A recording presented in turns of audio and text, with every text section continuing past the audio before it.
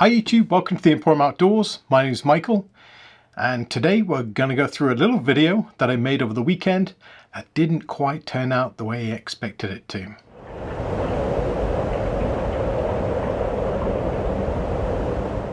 But despite that, Esme and I had a really good time, and we learned quite a few things about different equipment that we had with us. So I'm going to go ahead and show you the video that we captured, even though it's not really a full video.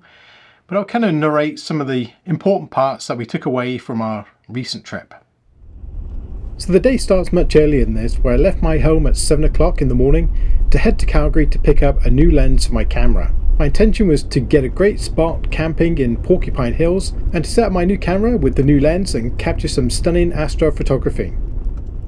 My regular route into the camping spots was closed, so I had to take an alternative route I'd never taken before, but I could see that it had been ploughed at some point, but as the road got further and further on, it got progressively worse. Even though the base of the road was actually quite firm, and I could see someone had driven down here at some point earlier, and then I hit this spot.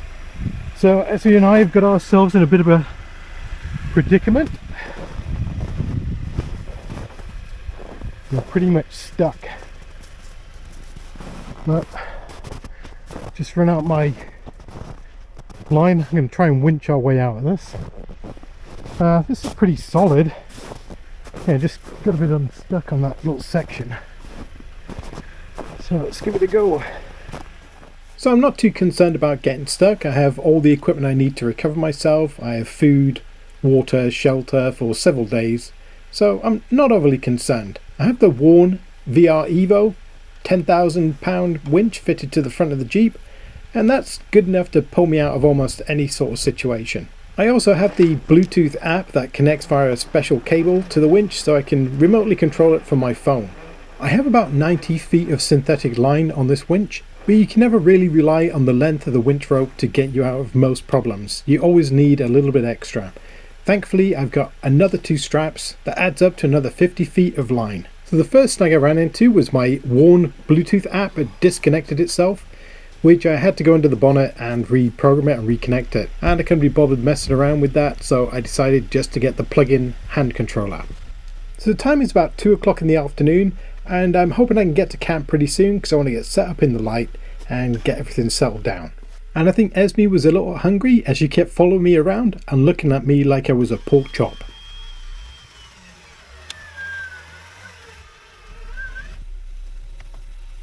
I had to jump out here and just flip the remote control cable over the top of the fender so it wasn't going to get trapped under the wheel. And this was the whole purpose of buying the Bluetooth app, so I could do this wirelessly. Money well spent.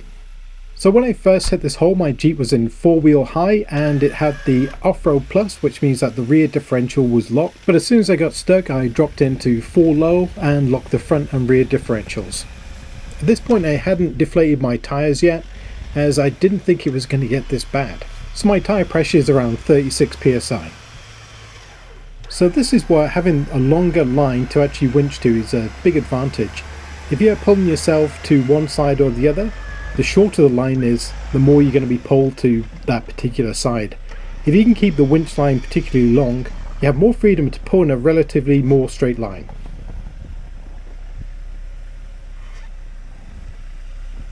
At this point I feel I'm on pretty good ground and that I can go out and remove the winch.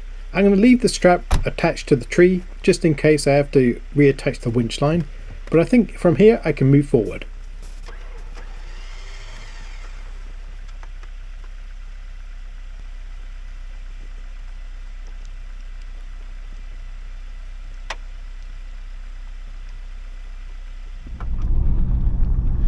So we got out of that mess. I'm not sure I'm getting myself into another mess, so we'll take it easy. So my aim was to head up a little bit further down the road and see either if the road cleared up somewhat or whether it was a good place to turn around so I could head back the way I'd come. It's momentum. As you can see by the concentration and the open mouth, I was concentrating pretty hard. Unfortunately, there was a big snowbank that I could not avoid. I had to either go through it and try and turn around, or definitely get stuck trying to turn around on that narrow road.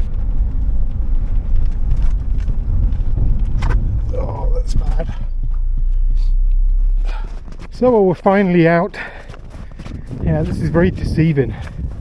It looks well packed, but a couple of places the drifts are super deep. So I probably spent the best part of an hour shoveling and winching. But I think we're going to head back the way we came in, and maybe find a nice spot to camp.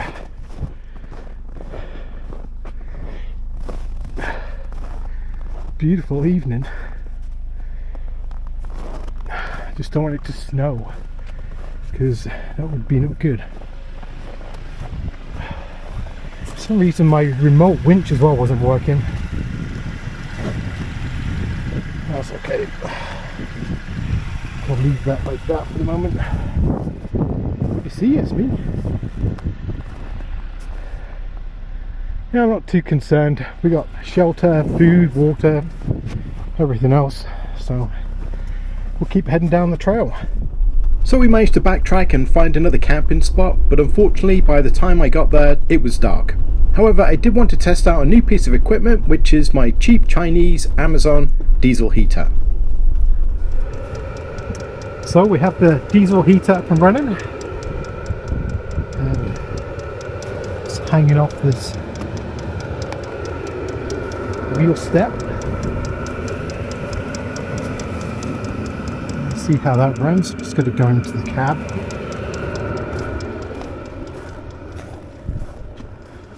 There's me.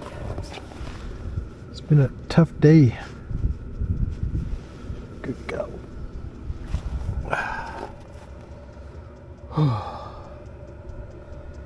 So I think we're gonna cook some steak now. See how that goes. Well, steak's looking good. He's already having hers.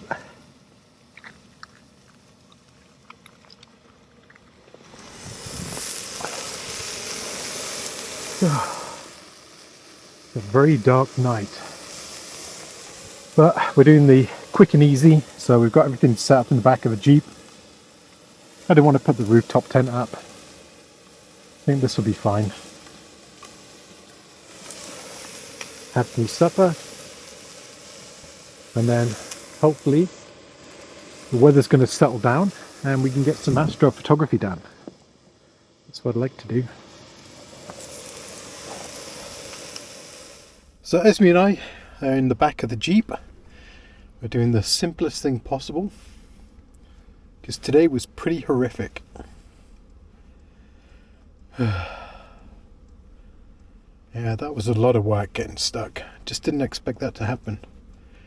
The roads were just great in spots, and then just big snow drifts, but you couldn't really see them.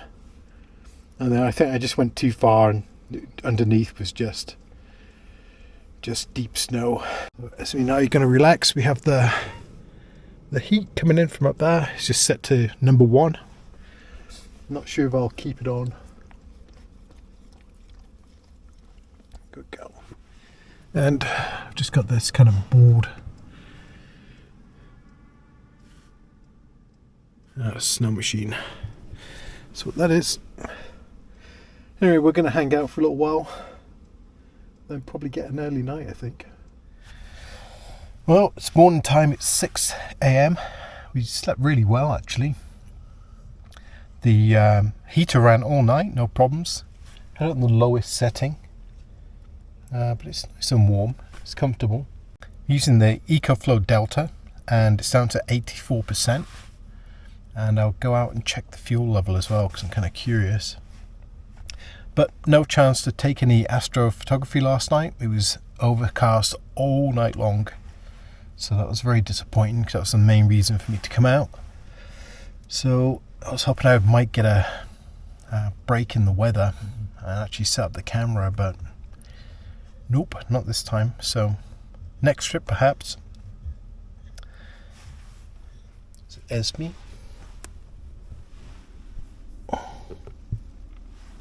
What are you doing? Ready for breakfast? It's breakfast time. Okay, so we're going to get some breakfast set up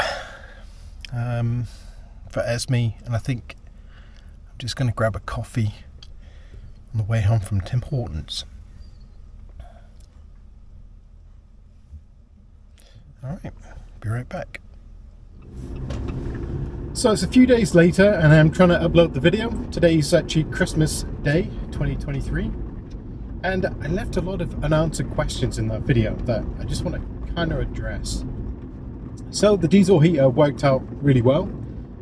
Used 16% of that EcoFlow Delta, which I think is just over 1,000 watt hours. So I was actually quite pleased about that.